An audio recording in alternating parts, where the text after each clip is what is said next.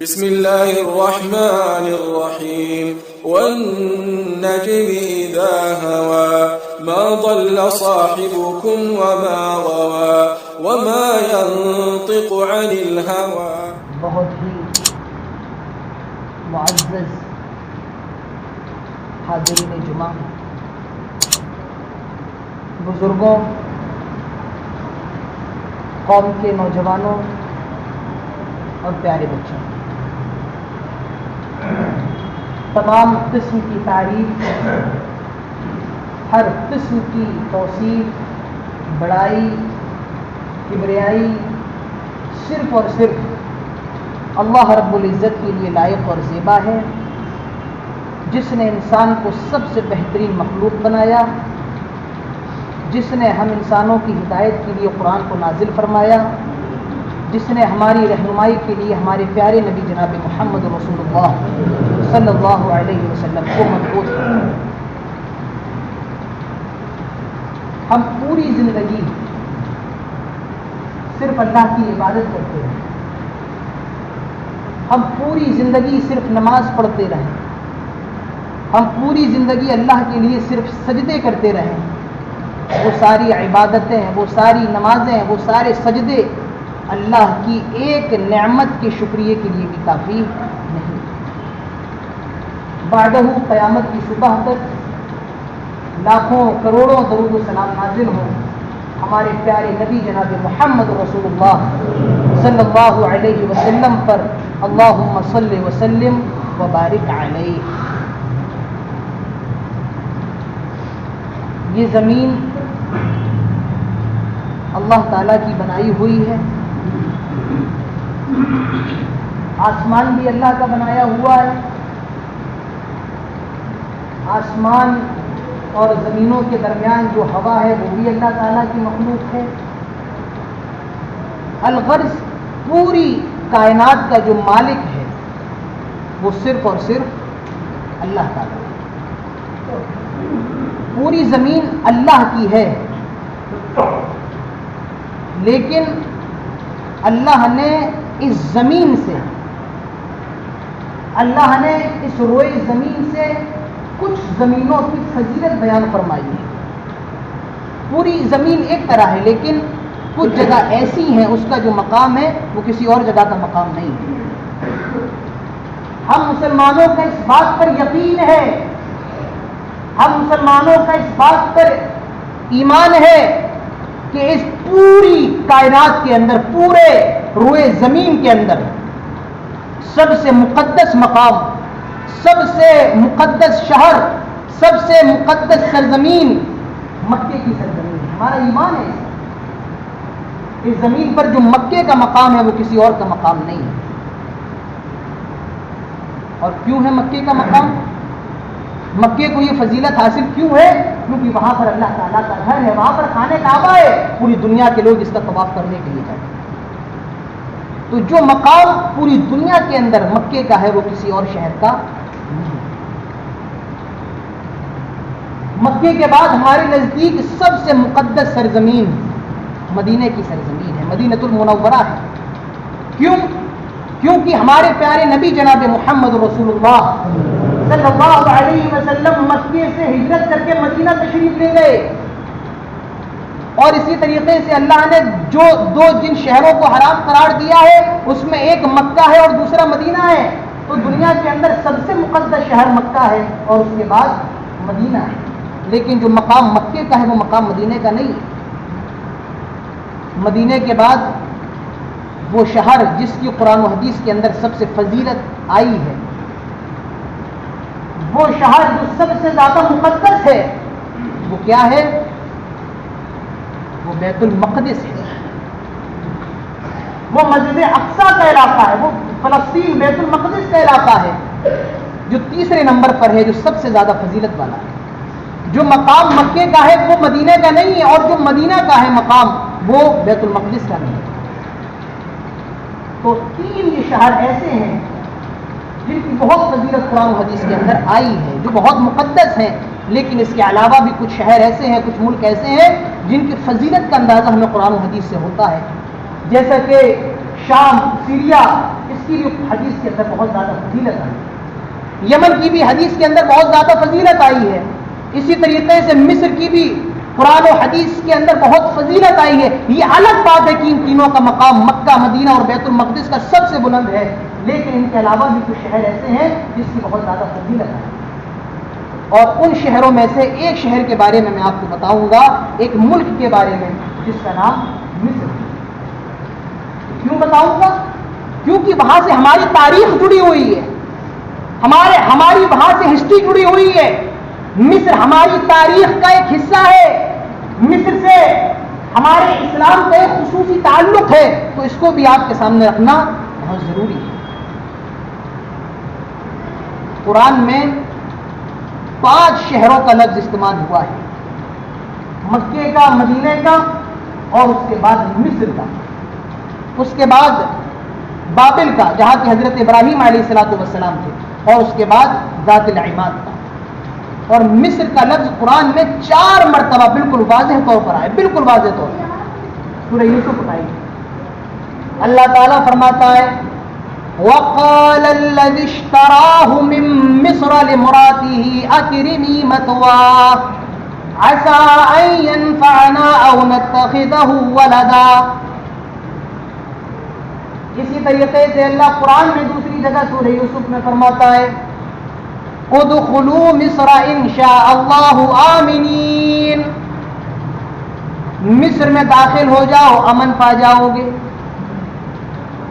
اللہ تعالیٰ تیسری جگہ فرماتا ہے الیس لی ملک مصر، اللہ تعالیٰ مصر کا نام قرآن میں چوتھی جگہ فرماتا ہے وَأَوْحَيْنَا إِلَى مُوسَىٰ وَأَخِيهِ أَن تَبَوَّأَ، اللہ تعالیٰ نے موسیٰ اور ہارون کی طرف وہی فرمائی ان تبوّأ لقومکما مصر بمصر بیوتا، تو 4 مرتبہ بالکل واضح طور پر مصر کا لفظ آیا ہے، اور 30 مرتبہ غیر واضح طور پر مصر کا لفظ آیا ہے۔ تو مصر یہ وہ سرزمین ہے جہاں کہ حضرت موسیٰ علیہ السلام تھے، مصر وہ سرزمین ہے جہاں کہ حضرت ہارون علیہ السلام تھے، مصر وہ سرزمین ہے جہاں حضرت یوسف علیہ السلام کا انتقال ہوا ہے، مصر وہ سرزمین ہے جہاں حضرت یعقوب علیہ السلام دفن کیے گئے ہیں، مصر وہ سرزمین ہے جہاں کہ حضرت یوشع بن نون علیہ السلام ہے، مصر وہ سرزمین ہے جہاں کہ حضرت خضر علیہ السلام ہے، مصر وہ سرزمین ہے جہاں کہ حضرت ایوب علیہ السلام ہے۔ یہ مصر کی سرزمین، یہ انبیاء کی سرزمین ہے، یہ مصر کی سرزمین نبیوں کی سرزمین ہے۔ اور یہ آپ کو بتانے کا مقصد کیا ہے؟ تاکہ آپ یہ جان لیں کہ مصر کے بارے میں قرآن و حدیث کے اندر کیا الفاظ ہے، کہ اس کی کیا فضیلت ہے، اس کی کیا فضیلت آئی ہے۔ حضرت یوسف علیہ السلام باپ کے بہت چہیتے ہیں، بہت پیارے ہیں۔ حضرت یوسف علیہ السلام نے خواب دیکھا کہ 11 ستارے، چاند اور سورج حضرت یوسف علیہ السلام کو سجدہ کر رہے ہیں۔ حضرت یوسف اپنے باپ کے پاس آئے ابو جان میں نے خواب دیکھا ہے رأیت 11 کوكبا والشمس والقمر رأیتهم لی ساجدین، میں نے خواب دیکھا ہے 11 ستارے، سورج اور چاند مجھے سجدہ کر رہے ہیں۔ حضرت یعقوب کہتے ہیں یا بنی لا تقصص رؤیاک علی اخوتک فیکیدوا لک کیدا، اے میرے بیٹے یہ پورا خواب مجھے تو بتا دیا، لیکن اپنے بھائیوں کو بتا، ہو سکتا ہے وہ تجھ سے جلنے لگے، وہ تجھ سے چڑھنے لگے۔ اس سے ایک مسئلہ تو یہ معلوم ہوا کہ آپ کوئی اچھا خواب دیکھیں تو کبھی کسی کو بتائیں نہیں۔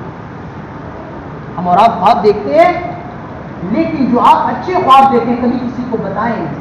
اللہ کے نبی کو یہاں تک فرماتے ہیں ٹھیک ہے خواب بتانا ہے الا حبیبا او نبیبا، تمہارا کوئی بہت ہی پیارا ہو، کوئی بہت ہی قریبی دوست ہو، کوئی جگری یار ہو، اسے ہی بتاؤ، اور کسی کو خواب بتانے کی ضرورت نہیں۔ میرے کام حضرت یوسف علیہ السلام کے جو بھائی تھے وہ حضرت یوسف سے حسد کیا کرتے تھے، ان لوگوں نے ایک منصوبہ بنایا ایسا کرو حضرت یوسف کو ایک کنویں میں پھینک دو تاکہ ہمارے باپ یعقوب سے دور ہو جائے اور ہمارے ابو کی پوری توجہ ہمارے اوپر ہو جائے۔ حضرت یوسف کو کنویں میں پھینک دیا گیا، بھائیوں نے حضرت یوسف کو کنویں میں پھینک دیا۔ ایک قافلہ گزرا، اور اس قافلے نے حضرت یوسف علیہ السلام کو اس کنویں سے نکال کر اپنے مال میں چھپا لیا اور مصر کے بازار میں بیچ دیا. وقال الذي اشتراه من مصر لامرأته أكرمي مثواه. اور حضرت یوسف علیہ السلام کو مصر کے عزیز نے خرید لیا, عزیز مصر نے خرید لیا اور اپنی بیوی کو دے دیا. کہا ایسا کرو اس کو اپنا بیٹا ہی بنا لو, اس کی اچھی طرح دیکھ بھال کرو یا اس کو اپنا بیٹا بنا لو. بہرحال حضرت یوسف علیہ السلام جوان ہوتے تک عزیز مصر کے محل میں رہتے ہیں اور پھر اس کی بیوی کی نگاہ حضرت یوسف پر خراب ہو گئی. بہرکیف حضرت یوسف علیہ السلام کو جیل میں ڈال دیا گیا اور پھر کافی سالوں کے بعد جب وہ جیل سے نکلے تو ان کو مصر کا عزیز مصر بنا دیا گیا. حضرت یوسف علیہ السلام مصر کے عزیز ہیں. آپ کو سارا واقعہ معلوم ہے, میں خطبے میں بتا چکا ہوں.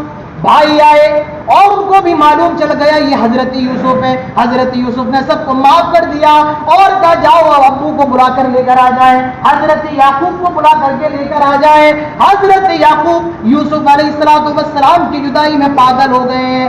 اتنا روئے کہ آنکھوں کی سیاہی, یہ جو ہماری آنکھوں میں گول گول سیاہی ہوتی ہے یہ بھی سفید ہو گئی, ہوش فاختہ ہو گئے. بہرکیف حضرت یعقوب علیہ السلام کو مصر میں لایا جاتا ہے. حضرت یوسف کہتے ہیں ادخلوا مصر ان شاء اللہ آمنین, آئے اب مصر میں داخل ہو جائیں, امن پا جائیں گے.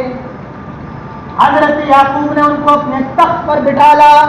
11 بھائی حضرت یعقوب یوسف علیہ السلام کے سامنے سجدے میں گر گئے. حضرت یوسف فرماتے ہیں یا ابت ھذا تعبیر رؤیا من قبل قد جعلها ربی حقا.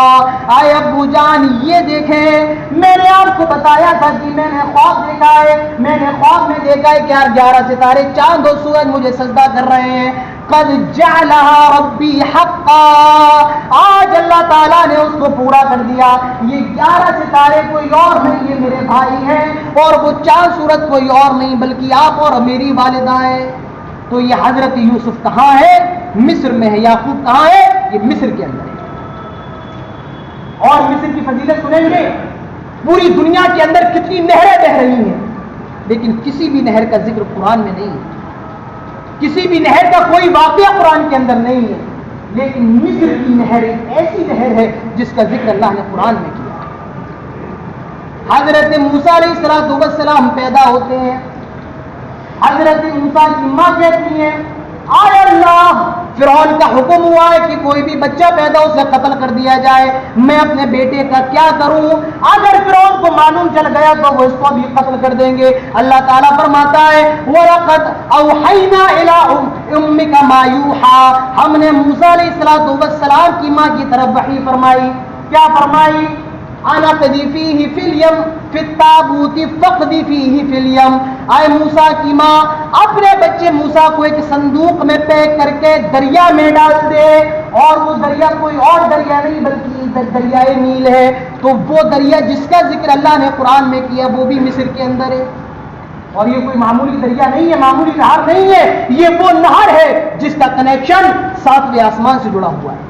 دنیا کے اندر جتنی نہریں بہ رہی ہیں کوئی کسی پہاڑ سے نکل رہی ہے, کوئی اس پہاڑ سے نکل رہی ہے, لیکن یہ واحد ایک ایسی نہر ہے جو کسی پہاڑ سے نہیں, کسی جنگل سے نہیں ہے, اس کا تعلق 7ویں آسمان سے ہے.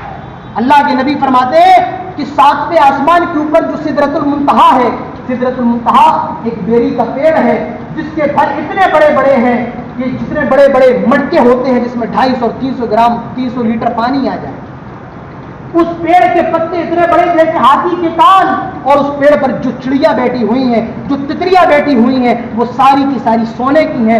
اللہ کے نبی فرماتے ہیں اس پیڑ کی جڑ سے 4 نہریں نکل رہی ہیں. 2 نہریں تو جنت میں جا رہی ہیں اور 2 نہریں دنیا کے اندر آ رہی ہیں.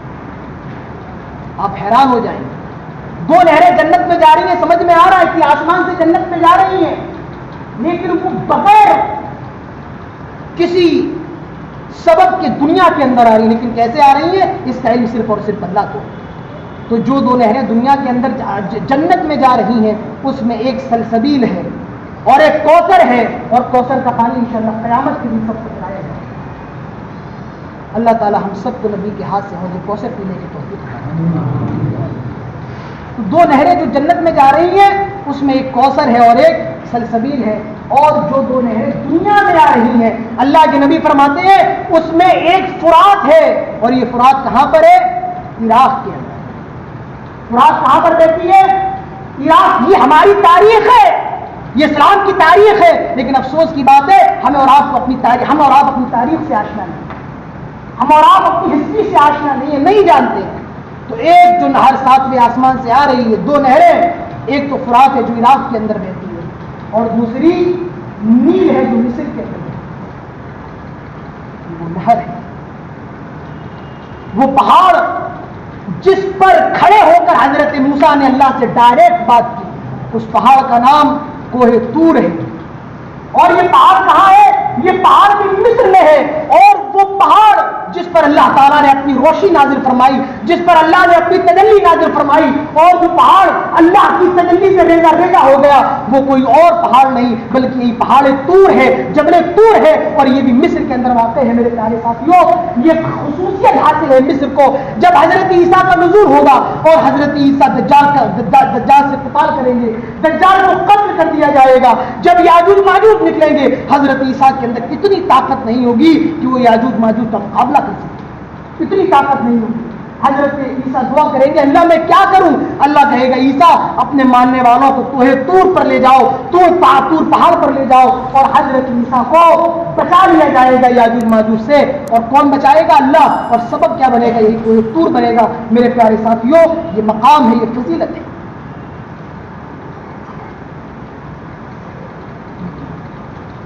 تو یہ تمام باتیں آپ کے سامنے کیوں کی جا رہی ہیں؟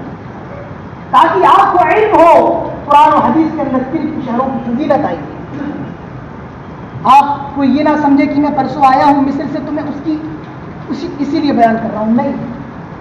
ہمارے اور آپ کے یہاں سب سے بڑا مسئلہ یہ ہے کہ ہمیں اور آپ کو اپنے دین کے بارے میں جو چیزیں ہیں وہ معلوم نہیں ہے۔ تو میں یہ سمجھتا ہوں جتنا مجھے معلوم ہو میں آپ کو بتانے کی پوری کوشش کروں، پوری کوشش۔ آپ نے حضرت اسماعیل علیہ السلام کا نام سنا ہے۔ کون ہے یہ اسماعیل؟ حضرت ابراہیم کے بیٹے، اور اللہ کے حکم پر اپنی گردن پر چھری چلوانے کو تیار ہو گئے۔ ظاہر سی بات ہے اتنا نیک بیٹا ہے، تربیت کرنے والی کوئی نیک ماں تو ہو، کوئی نیک ماں ہی ہوگی نا۔ حضرت ابراہیم کو فلسطین کے اندر رہتے تھے، حضرت اسماعیل اپنی ماں حضرت ہاجرہ کے ساتھ مکے میں رہتے تھے، تو حضرت اسماعیل کی تربیت کرنے والی کون ہے؟ حضرت ہاجرہ ہے۔ اور یہ حضرت ہاجرہ کون ہے؟ یہ مصر کی رہنے والی ماریہ قبطی، یہ ہاجرہ قبطیہ، یہ مصر کی رہنے والی عورت ہے۔ اللہ کے نبی کا بیٹا، تیسرا بیٹا، سب سے چھوٹا بیٹا حضرت ابراہیم رضی اللہ عنہ، یہ جس عورت سے ہے وہ عورت بھی مصر کی رہنے والی ہے جن کا نام ماریہ قبطیہ ہے۔ تو میرے پیارے ساتھیوں، مصر کا مقام ہے، وہاں پر بچوں کی تربیتیں اچھی ہوتی ہیں، وہاں پر آپ کو دین نظر آئے گا، وہاں پر آپ کو اخلاق نظر آئے گا۔ اسی لیے ہم نے بچپن سے یہ پڑھا تھا، ہمارے مدرسوں کے اندر پڑھایا جاتا تھا اگر تم کو قرآن پڑھنا ہے اور قرآن کی تلفظات اچھے کرنے ہیں، قرآن کے اندر تجوید میں نکھار پیدا کرنا ہے تو مصر جاؤ، عربی ادب پڑھنا ہے تو مصر جاؤ، اخلاق سیکھنا ہے تو مصر جاؤ۔ اور جب وہاں آپ جائیں گے تو آپ اس بات کا احساس ہوگا کہ ہاں لوگ صحیح کہا کرتے تھے، دنیا کے اندر جتنا اچھا قرآن پڑھنے والے مصر کے قراء ہیں اتنے دنیا کے اندر کہیں اور کے نہیں۔ امام تاج الدین الفزاری کہتے ہیں اگر کسی کو اخلاق سیکھنا ہے تو وہ مصر چلا جائے اور 1 سال رک جائے، مصر سے اخلاق سیکھ جائے۔ ہم نے وہاں اخلاق دیکھا ہے، ہم نے وہاں لوگوں کا دین دیکھا ہے، اور جب ہم آپ کا دین دیکھیں اور ان کا دین دیکھیں تو افسوس ہمیں آپ پر صرف رونا آتا ہے۔ ہمارے اور آپ کے حالات کیا ہیں؟ ہمارے اور آپ کے حالات کیا ہے؟ ہم صرف اس بات کے مسلمان ہیں کہ جمعے کے دن نماز پڑھ لیں، ہم اس بات کے مسلمان ہیں کہ نعرہ تکبیر اور اللہ اکبر لگا کے روڈوں پر نکل جائے، لیکن اس کے علاوہ کوئی اور اسلام نہ تو ہمارے لباس سے ظاہر ہوتا ہے، نہ ہمارے اخلاق سے ظاہر ہوتا ہے، اور نہ ہمارے باطنی چیزوں سے اسلام ظاہر ہوتا ہے۔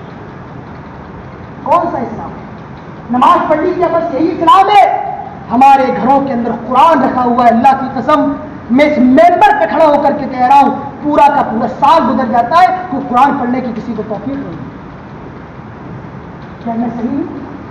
کیا یہ ہمارے اور آپ کے گھروں کے حالات نہیں ہے؟ میں نے مصر کے اندر دیکھا ہے لوگ اپنے دکانوں پر قرآن پڑھ رہے ہیں. میں نے کیلا بیچنے والے کو دیکھا ہے, وہ کیلا بیچ رہا ہے, ایک کرسی پر بیٹھا ہوا قرآن پڑھ رہا ہے. کوئی کیلا خریدنے آیا, پھر کیلا دیا, پھر قرآن پڑھنے لگا. یہ حالات ہے وہاں کے. کوئی فقیر ہے, وہ قرآن پڑھ رہا ہے, وہ قرآن میں مشغول ہے. کوئی ٹرین میں سفر کر رہا ہے, وہ قرآن پڑھتا جا رہا ہے. کوئی بس میں سفر کر رہا ہے, وہ قرآن پڑھتا جا رہا ہے. ہر آدمی کو دیکھو وہ قرآن پڑھتا جا رہا ہے.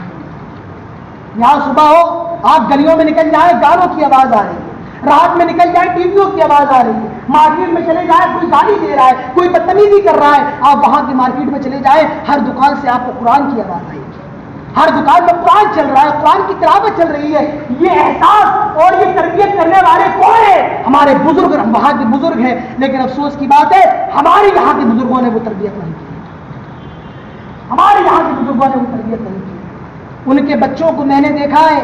میں ٹرین میں سوار تھا, میں بس میں بیٹھا ہوا تھا, ایک بچی داخل ہوئی, بس کے اندر سلام کر رہی. وہاں سے بس سے لوگ نکل رہے ہیں, سلام کر رہے ہیں. ٹرین میں داخل ہو رہے ہیں, سلام کر رہے ہیں. ٹرین سے نکل رہے ہیں, سلام کر رہے ہیں. یہ وہاں کا ماحول ہے. اور یہ ماحول پیدا کرنے والے کون ہیں؟ ان کے بزرگ ہیں. ہم نے وہاں بچوں کو دیکھا ہے, بچے اپنے ماں باپ کے ساتھ مسجد میں آتے ہیں, اور صرف جمعے کے دن نہیں بلکہ 5 نمازوں میں آتے ہیں. اور وہ چیخ رہے ہیں, کھیل رہے ہیں, لیکن ان کو کوئی ٹوکنے والا نہیں, کوئی روکنے والا نہیں ہے. کیوں روکا جائے؟ اللہ کے نبی بھی تو اپنی نوازی کو اپنے کندھے پر اٹھا لیا کرتے تھے. آج ہمارے اور آپ کی مسجدوں میں بچے آ جائیں اور وہ تھوڑا شور کر دے, ہم اور آپ اتنے برے طریقے سے ان کو ڈانٹ ڈپٹ کرتے ہیں کہ بیچارے اگلے دن سے مسجد میں نہیں آتے. اس کے ذمہ دار کون ہے؟ کیا آپ کو اپنی نماز پر اتنا یقین نہیں ہے؟ کیا آپ کو اپنی نماز کے اندر اتنی پختگی نہیں ہے کہ ایک بچے کے چلانے سے آپ کی نماز خراب ہو رہی ہے؟ تو بڑی حیرت کی بات ہے. اتنا کمزور ایمان کہ ایک بچہ چلائے تو آواز نماز خراب ہو جائے, نماز کے بعد اس کو مارنے لگ جائے. یہ میرے نبی کا طریقہ تو نہیں ہے. یہ تو تربیت کے اصولوں میں سے کوئی اصول نہیں ہے. ہم نے تربیت نہیں جانی اپنے بچوں کی تربیت کیسی کی جائے, اور آج ہم اس مقام پر آ کر کے کھڑے ہو گئے کہ نہ جانے ہمارے بچے اپنی جوانی میں مسلمان بھی رہیں گے, کہیں ایسا نہ ہو وہ ملحد ہو جائے, کہیں ایسا نہ ہو وہ اسلام کو چھوڑ نہ دے, اور کہیں ایسا نہ ہو وہ بظاہر نام کے مسلمان ہو لیکن اسلام کے بارے میں وہ کچھ نہ جانے. ہماری میں تربیت نہیں ہے تو اپنے بچوں کی تربیت کیجیے. قرآن سے اپنے رشتوں کو جوڑیے میرے پیارے ساتھیوں, قرآن کی تلاوت کیجیے. ہم نے رات میں جمعے میں دیکھا, جمعے میں 12 بجے لوگ پہنچ گئے, سنت پڑھ لی. میں کسی کے دل کو نہیں دکھانا چاہتا ہوں, لیکن جو بات کہنے کی میں اسے کہہ رہا ہوں, آپ قبول کر لیں ثواب کا ذریعہ میں بن جاؤں گا, مجھے ثواب ملے گا, اور قبول نہ کرے تو میں اپنی بات سے بری ذمہ ہوں, اللہ تعالیٰ میرا مواخذہ نہیں کرے گا. آپ جمعے میں آئے, سنت پڑھ لی, اب سب بیٹھے ہوئے ہیں, کوئی دائیں دیکھ رہا ہے, کوئی بائیں دیکھ رہا ہے, کوئی گھڑی میں دیکھ رہا ہے. یہ کیا ہے؟ آپ کے پاس 20 منٹ ہیں, سورہ کہف کی تلاوت کریں. اللہ کے نبی فرماتے ہیں کہ جمعے کے دن سورہ کہف پڑھ لیتا ہے, اگلے آنے والے جمعے تک اس کے لیے نور ہی نور رہتا ہے. ہم میں اور آپ میں کتنے لوگ ہیں جمعے کے دن سورہ کہف کی تلاوت کرتے ہیں؟ کتنے لوگ ہیں؟ اور کتنے لوگوں کو یہ معلوم ہے؟ نہیں, کسی کو نہیں معلوم ہے. تو میرے پیارے ساتھیوں, اپنے اندر تربیت کا معاملہ پیدا کیجیے, اپنے اندر اصلاح کا معاملہ پیدا کیجیے. اور یہ جو مصر کی بات میں آپ کے سامنے کر رہا ہوں, اللہ کے نبی نے مصر کے لوگوں کے ساتھ خیر کا معاملہ کرنے کا حکم دیا ہے. اللہ کے نبی نے صحابہ سے فرمایا, اذا افتتح مصر, صحابہ جب تم مصر کو فتح کر لینا, اوصیکم بالقبط خیرا, میں تم کو وصیت کرتا ہوں کہ مصر کے قبطیوں کے ساتھ, مصر کے رہنے والوں کے ساتھ خیر کا معاملہ کرنا, ان کے ساتھ اچھا سلوک کرنا, ان کے ساتھ نیک ویوہار کرنا, ان کے ساتھ اچھے اخلاق سے پیش آنا. تو میرے پیارے ساتھیوں, نبی اکرم نے جس قوم کے ساتھ خیر اور بڑائی کرنے کا حکم دیا ہو, اس قوم کے تعلق سے اس ممبر پر کیوں باتیں نہ کی جائیں, ان کی اچھائیوں کو آپ کے سامنے کیوں نہ بتایا جائے.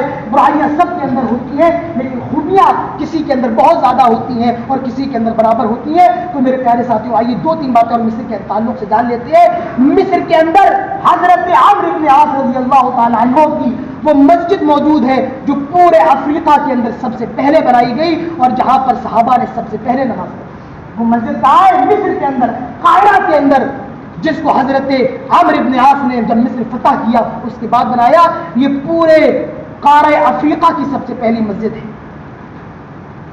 اسی طریقے سے حضرت عمر فاروق نے اپنی خلافت میں ایک عامل کو مصر بھیجا، قاہرہ بھیجا اور کہا کہ جاؤ مصر کے لوگوں سے کہنا عمر کا یہ فرمان ہے کہ خانہ کعبہ کا جو غلاف بن کر کے آئے گا وہ مصر سے آئے گا۔ 1000 سال سے زیادہ مصر سے خانہ کعبہ کی غلاف جاتا تھا، اور جس جگہ سے جاتا تھا اللہ کی قسم وہ جگہ میں خود دیکھ کر کے آیا ہوں، کھڑا ہو کر کے آیا ہوں وہاں سے۔ جو دروازہ جہاں پر خانہ کعبہ کا غلاف آ کر کے پھر جاتا تھا اس جگہ میں گیا ہوں، دیکھ کر کے آیا ہوں، وہاں لکھا ہوا ہے مصر وہ جگہ ہے جہاں صحابہ کی قبریں ہیں۔ حضرت عقبہ ابن عامر رضی اللہ عنہ یہیں پر دفن ہے، میں نے ان کی قبر کو بھی دیکھا۔ حضرت عمرو ابن عاص بھی یہی دفن ہے، میں نے ان کی قبر کو بھی دیکھا۔ تو میرے پیارے ساتھیوں، مصر یہ وہ سرزمین ہے جہاں دنیا کا اسلامی تاریخ کا سب سے پرانا مدرسہ جو 1200 سال پرانا ہے وہ اس مصر کے اندر موجود ہے۔ جس مدرسے سے میں آیا ہوں وہ اسی مصر کے اندر موجود ہے۔ یہ الگ بات ہے کہ وہ شیعوں کا بنایا ہوا تھا، اس کے بعد صلاح الدین ایوبی نے مصر فتح کیا اور وہ تب سے لے کر اب تک سنیوں کے ہاتھ میں ہے جو 1200 سال پرانا ہے۔ اسی طریقے سے میرے پیارے ساتھیوں بہت سی چیزیں ہیں مصر کے تعلق سے، انشاءاللہ پھر کبھی موقع ملا تو میں آپ کو بتاؤں گا۔ بس 2-3 باتیں اور آپ جان لیجئے کہ خلافت 263 ہجری میں مصر منتقل ہو گئی تھی، اور پھر تقریباً 200 یا 300 سال مصر میں رہی، اس کے بعد یہ بغداد چلی آئی، اور پھر بغداد کے بعد یہ ترکی چلی آئی۔ تو مصر کے بڑے بڑے علماء مصر کے مشہور ہیں۔ ہم اور آپ امام طحاوی کی کتاب عقیدۃ الطحاویہ پڑھتے ہیں، پورے دنیا کے مدارس میں یہ کتاب پڑھائی جاتی ہے۔ یہ کتاب امام طحاوی کی ہے جو مصر کے رہنے والے ہیں۔ امام بخاری کی سب سے بہترین شرح امام ابن حجر عسقلانی رحمۃ اللہ علیہ نے کی ہے، فتح الباری، وہ بھی اسی مصر کے اندر تھے اور اسی مصر کے اندر دفن ہے۔ میں ان کی خبر کو بھی دیکھ کر کے آیا ہوں۔ امام لیثی کی قبر مصر کے اندر ہے، امام شافعی کی قبر مصر کے اندر ہے رحمہ اللہ تعالی۔ ان سب کی قبروں کو میں دیکھ کر کے آیا ہوں۔ تو میرے پیارے ساتھیوں ہمارا تعلق بہت گہرا ہے، تو یہ آپ کے سامنے بتانے کا مقصد یہ تھا تاکہ آپ کو جو اسلامی تاریخ ہے، اسلامی ہسٹری ہے، اس کے بارے میں بھی کچھ معلوم ہونا چاہیے، اس کی فضیلت کے تعلق سے بھی آپ کو چند باتیں معلوم ہونا چاہیے۔ یہ چند باتیں میں نے آپ کے سامنے رکھی ہیں، آپ چاہیں تو اور پڑھیں اور مطالعہ کریں۔ مصر ہے، اسی طریقے سے عراق کی سرزمین وہ سرزمین ہے جو نبیوں کی سرزمین ہے۔ شام کے بارے میں پڑھیے، یہ الگ بات ہے، موجودہ وقت میں اس پر مصائب مظالم ہیں، لیکن وہ سرزمین بھی بڑی مبارک ہے، بہت بابرکت سرزمین ہے۔ اسی طریقے سے یمن کی سرزمین ہے، تو یہ بڑی فضیلت والی سرزمینیں ہیں، بڑے فضیلت والے ملک ہیں میرے پیارے ساتھیوں۔ یہ چند باتیں تھی جو میں نے آپ کے سامنے مصر کے تعلق سے رکھی ہیں، اور میں پھر آپ سے کہہ دیتا ہوں آج کے خطبے کا مقصد یہ نہیں ہے کہ آپ کے سامنے کچھ اور چیزیں پیش کی جائیں، یا یہ کہ میں آیا ہوں تو میں اپنی چیزیں نہیں، اس کا مقصد صرف اور صرف یہ ہے آپ کو بھی علم ہونا چاہیے میرے پیارے ساتھیوں، آپ کو بھی ان کی خوبیوں کے بارے میں، ان کی فضیلتوں کے بارے میں معلوم ہونا چاہیے۔ اور میں پھر آپ سے کہتا ہوں میرے پیارے ساتھیوں، اٹاوا کے لوگوں، پورا محلے کے لوگوں، اپنے بچوں کی تربیت کرو، اپنے بچوں کی ایمانی تربیت کرو، ورنہ آگے جو دن آنے والے ہیں اللہ کی قسم بہت مشکل ہے ہمارے بچے صحیح اسلام کو سمجھ پائیں، ہمارے بچے مکمل طور پر مسلمان ہو پائیں۔ نہیں، اپنے بچوں کو نمازوں میں لاؤ، اپنے بچوں کو دعائیں سکھاؤ، آپ اپنے بچوں کو قرآن پڑھائیں، خود بھی قرآن پڑھیں، اپنے گھروں میں قرآن پڑھنے کا اہتمام کریں۔ تبھی ہماری، جب تک ہم اور آپ یہ کام نہیں کریں گے ہمارے بچوں کے اندر بھی تربیت پیدا نہیں ہو پائے گی۔ سب سے پہلے ہمیں اور آپ کو ماں باپ کو آگے آنے کی ضرورت ہے۔ جب ماں باپ اچھے ہو جائیں تو اولاد بھی اپنے آپ اچھی ہو جاتی ہے۔ اللہ تعالیٰ سے آخر میں دعا ہے ہم سب کو کہنے سننے کے ساتھ تمام باتوں پر عمل کرنے کی توفیق عطا فرمائے۔ اللہ تعالیٰ ہم سب کو قرآن و حدیث کا زیادہ سے زیادہ علم نصیب فرمائے۔ الہ العالمین، آج بڑے حالات نازاز ہیں پوری دنیا کے اندر، اللہ ہم ایک خاص قسم کی وبا سے دوچار ہیں، اللہ تو اس وبا کو ختم فرما دے۔ اللہ جو اس وبا سے مر گئے ہیں، جن کا انتقال ہوا ہے، اللہ تو ان تمام لوگوں کو جنت الفردوس نصیب فرما۔ اے الہ العالمین تو ہم سب کی مغفرت فرما دے۔ اے اللہ ہم بہت گنہگار ہیں، اے اللہ بہت خطا کار ہیں، اے اللہ تو ہمارے گناہوں کو معاف فرما دے۔ اللہ ہم سب کو جنت الفردوس نصیب فرما۔ اللہ جب تک ہم زندہ رہیں توحید پر، اسلام پر، اور جب خاتمہ ہو تو ایمان پر۔ وما علينا إلا البلاغ. أقول قولي هذا واستغفر الله لي ولكم ولسائر المسلمين، وآخر دعوانا أن الحمد لله رب العالمين.